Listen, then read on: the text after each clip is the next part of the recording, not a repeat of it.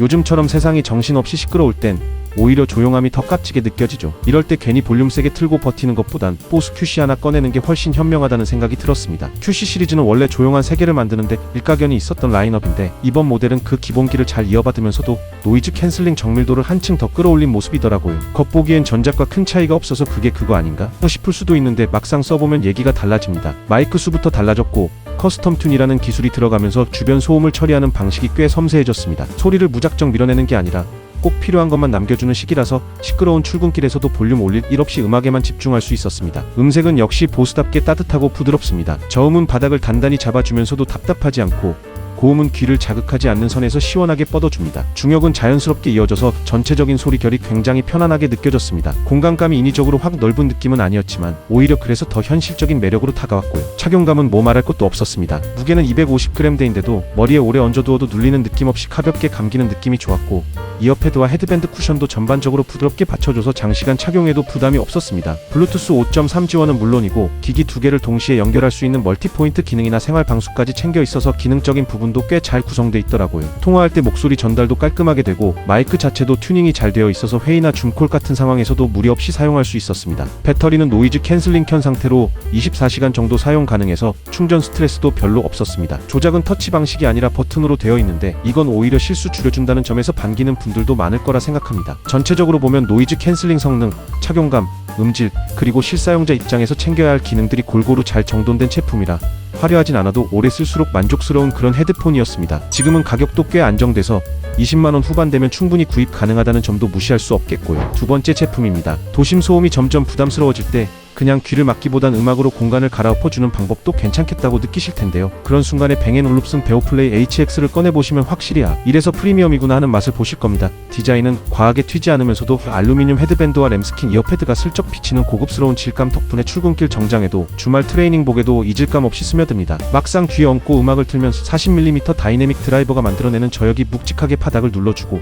고역은 투명하게 떠올라서 사운드 무대를 필요 이상으로 부풀리지 않으면서도 입체감은 또렷하게 살아있습니다. 노이즈 캔슬링은 새로 손본 디지털 처리 덕에 주변음 전체를 무식하게 지우는 대신 대화가 필요할 때는 들려주고 집중할 때는 싹 걷어내주는 식으로 똑똑하게 동작하니 카페나 전철 안에서 체감 차이가 큽니다. 통화용 빔포밍 마이크가 4개라 음질도 또렷한 편이고 블루투스 5.1에 멀티포인트까지 지원돼서 노트북 휴대폰을 왔다 갔다 해도 끊김이 거의 없습니다. 배터리는 ANC 켠 상태로 최대 35시간, 끄면 40시간까지 버텨주니 주 5일 출퇴근 정도는 충전기 생각 없이 써도 되고요. 무게가 285g이라 휴대성이 크게 부담되지 않지만 공식 스펙의 생활방수 등급은 없으니 비오면 가방에 잠깐 넣어두시는 편이 좋습니다. 앱에서 EQ를 슬라이더로 살짝만 만져봐도 성향이 금방 바뀌어주겠다고 응답하는 느낌이라 별다른 학습 없이 바로 감으로 조작하실 수 있고 aptX 어댑티브 AAC SBC 모두 지원해서 안드로이드든 iOS든 음원 손실 걱정도 적습니다. 다만 이런 감성과 완성도를 유지하려다 보니 국내가는 70만원대 후반이라 지갑이 쉽게 열리지는 않지만 오디오 커뮤니티 평이 괜히 좋은 게 아니라는 걸 직접 들어보면 금방 이해가 되실 거라 생각합니다. 세 번째 제품입니다. 이어컵에 송송 뚫린 구멍 때문에 첫눈에 이게 뭐지? 싶지만 알고 보면 그 디테일이 바로 프랑스 하이엔드 오디오 브랜드 포칼의 자신감입니다. 무선 모델인 바티스는 케이블만 꽂으면 24비트 192kHz까지 받아주는 USB DAC 모드가 활성화돼서 집에서 유선 헤드폰 못지않은 해상도로 음악을 털어넣고 밖에선 블루투스로 휙 전환하는 식으로 활용 범위가 넓습니다. 노이즈 캔슬링은 사일런트와 소프트 두 단계의 투명 모드까지 갖췄는데 소니처럼 진공 상태로 만들어주진 않아도 도서관이나 사무실 정도는 충분히 잠잠해지는 수준이고 완전히 끄는 옵션은 없지만 투명 모드로 돌리면 거의 비슷하게 넘어갑니다. 사운드는 베이스가 과하게 부풀지 않고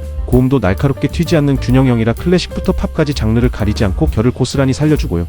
aptX 어댑티브 AAC SBC를 지원해 플랫폼 상관없이 음원 손실 걱정이 적습니다. 350g 안팎인 무게는 가벼운 편은 아니지만 이어패드 쿠션이 폭신해서 머리에 얹었을 때 부담이 크지 않았고 버튼과 다이얼 조작감이 명료해서 어두운 곳에서도 손이 바로 기억합니다. 배터리는 ANC 켠 상태로 약 30시간, 사프트 모드로 두면 조금 더 버텨주니 출퇴근과 주말 외출 합쳐도 충전 주기가 길어지는 편이며 EQ는 5밴드 정도로 선택지가 많진 않지만 기본 밸런스가 워낙 정돈돼 있어 크게 손볼 일은 없었습니다. 문제는 역시 가격인데 국내가가 70만원 전후라 쉽게 고개가 끄덕여지진 않습니다. 그래도 유선만 고집하기엔 번거롭고 무선만 쓰자니 해상도가 아쉽다고 느끼셨다면 파티스가 그 애매한 간극을 시원하게 메워줄 가능성이 큽니다. 네 번째 제품입니다. 출퇴근길 지하철에서도 잠깐 산책하면서도 창밖 멍하니 바라볼 때도 음악이 그 자리에서만 또렷하게 머물러 주면 좋겠다고 느끼신다면 바워스 앤 윌킨스 PX가 바로 그런 순간을 챙겨줄 겁니다. 영국 브랜드 특유의 절제된 멋이 가죽과 알루미늄 마감에 자연스럽게 녹아있어 길에서 쓰고 지나가면 은근 시선 몰리는데 정작 음악을 틀면 디자인 생각이 싹 사라질 만큼 사운드가 진지합니다.